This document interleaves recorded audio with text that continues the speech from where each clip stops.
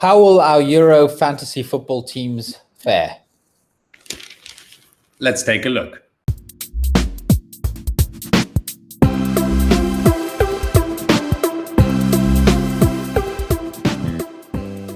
Okay, so we are a few hours away from kickoff.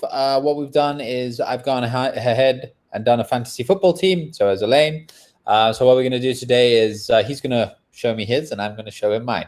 And then just compare the two teams, see how things pair, like how we square up to one another. And then we started a tournament, a league. We'll add it in the description below. If you guys want to join our league and see how you guys do against us, you're more than welcome to. If we get enough users and we see it starting to lift up, we might add a prize to the end, but let's see how that goes. What do you think about the fantasy football team, Elaine?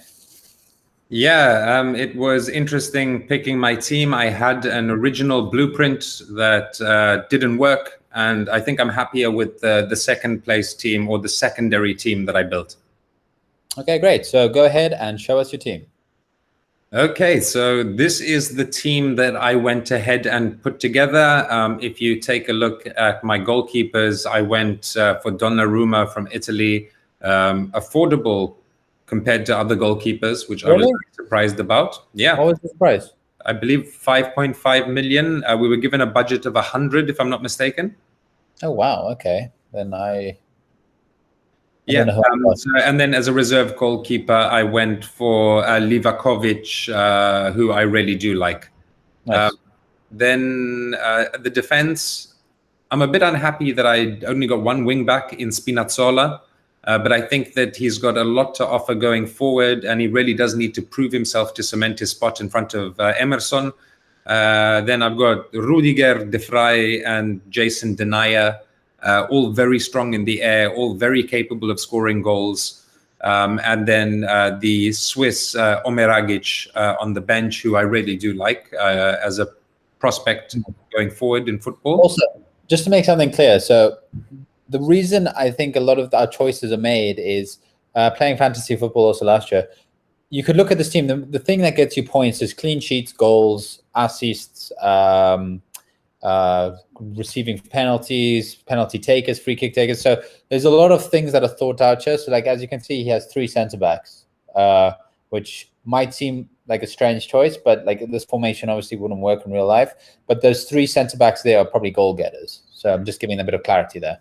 Yeah, this was a choice that I was like, yeah, obviously in a real formation, you could probably push Tony Rudiger out to a right back to play center back, right back as well.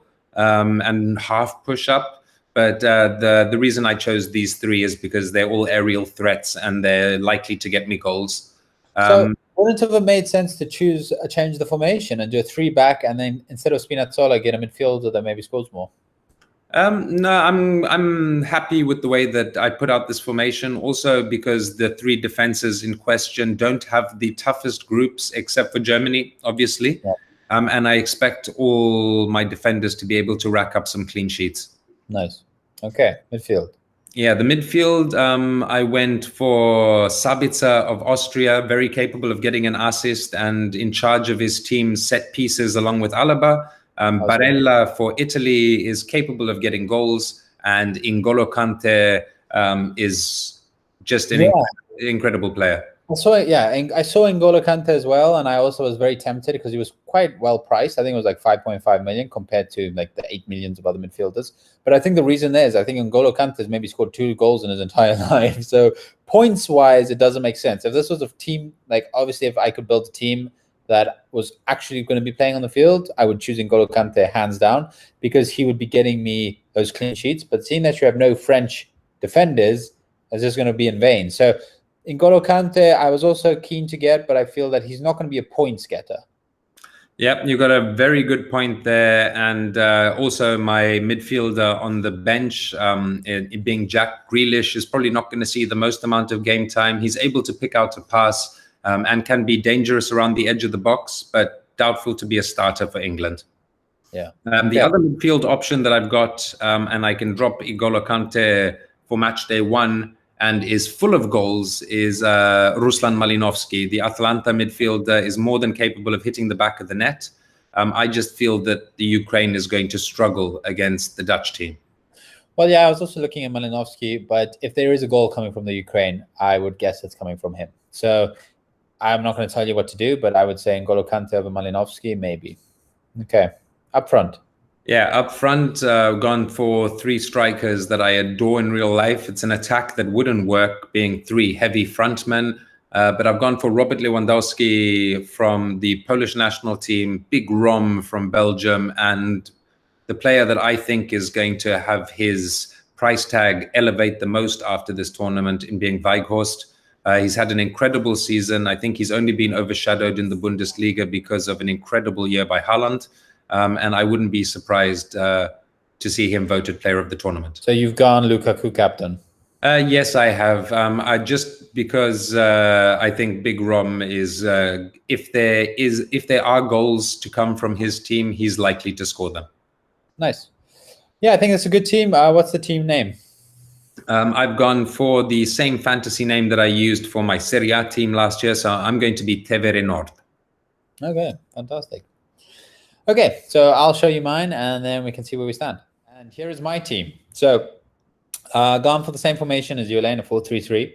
I thought of Donnarumma, but I don't know, just what's going on with Milan right now. I didn't feel in me to put him on the field. So I've gone with Courtois. Also, just looking at the group, I think Belgium have a pretty, I wouldn't say straightforward group, but I don't see Belgium conceding a lot of goals. So I feel that Courtois is going to be getting me a lot of points there. And then on the bench, I added Fradeke from Denmark. I don't think he's going to be playing a lot of time. And to be honest, I was a bit skimped on money. So in order for other things to work, I kind of had to taper down and save on the goalies on the bench. So hopefully Courtois does not get injured, or else I'll be having an interesting time in goals. So going into defense, I have two centre-backs, right back and left back. I have Dumfries from Holland, Spinazzola from Italy. I feel that there's a lot of assets coming out of them, and they can definitely add to attack. So when the teams are attacking, they use those players quite heavily. Simon Kjær from Denmark. I don't know how Denmark's going to be getting a lot of clean sheets. I thought against Finland they may. Kjær has been on top form with Milan, and he's also a threat going up, and the same with Denayer. So I feel quite good about that midfield, the defense, sorry, and it's quite a cost-effective defense. It was allowing me to splurge a bit more up front. Yeah, so looking at your defense, I see that we've got two players that overlap, being Denayer and Spinazzola. They're promising players, and they were affordable for what they offer. I like Dumfries going forward, and Kjær has had a phenomenal season for Milan. Yeah, exactly. And the reason I try to save much there was I was trying to get goal getters, and my midfield, I feel that it's very goal heavy. Like we have Insigne, which I'm very surprised is actually a midfielder. Zielinski, who's an advanced attacking midfielder, and Mount as well, who's an advanced attacking midfielder. So these are three midfielders that can get me goals. And the good thing about them is they are also in very solid teams. So they could be getting me those points. I think a midfielder getting a clean sheet gets about 3 points or 2 points. So I feel that there's a good double point there. Also, quickly, I have Rudiger on the bench for my defense. I think you had Rudiger starting. And then in midfield, I have Rodri from Spain and Yazici from Turkey. So I think there's a solid midfielders to have as extra. So up front, I have, as you, Big Rom, center of attack. I feel that he's going to bring his form in from Inter. Hopefully, with Mertens behind him, he has that same center. He needs to be the center of the team, like at Inter. And hopefully Belgium use him the same way, because if that's the case, if we're not getting goals, we're getting assists. So let's see how that goes. Harry Kane, if England do well in the Euro, it's going to be coming from Harry Kane. From the Premier League, he was the top goal scorer and the top assist man. I don't think it's ever happened in the Premier League. He won the Golden Boot and the assist man. I think he's won the Golden Boot 3 years in a row now. So if goals are coming from England, they're coming from him. So I think that's a sure bet to get points. And then Alvaro Morata, like looking at the Spain team, it's not a very impressive Spain team, Spanish team. But if they're going to be doing well, like if they perform as a team like Spanish teams normally do, if they're going to be getting goals, he's the one that's going to be getting them. And I think against Sweden, they are going to win. And I feel more comfortable that he's going to be the one bagging the goals out of the Croatia game, Russia game, or the Sweden game. So I think Morata is going to be my captain to give me those double points.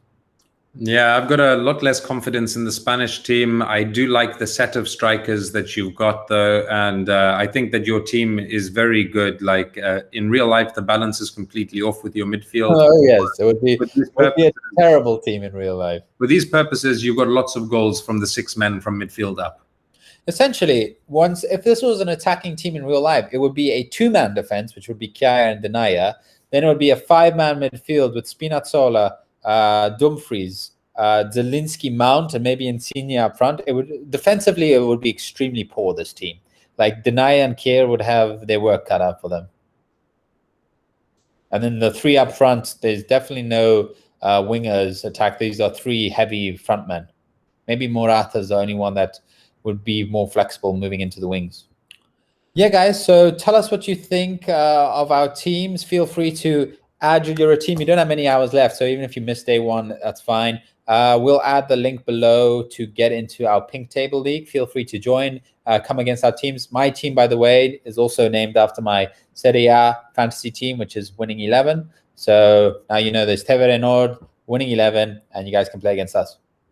Yeah, guys, so take a look at the teams. Let us know which team you prefer and who do you think the better coach is. Don't be too harsh on Damien, and we'll see you next time on the pink table.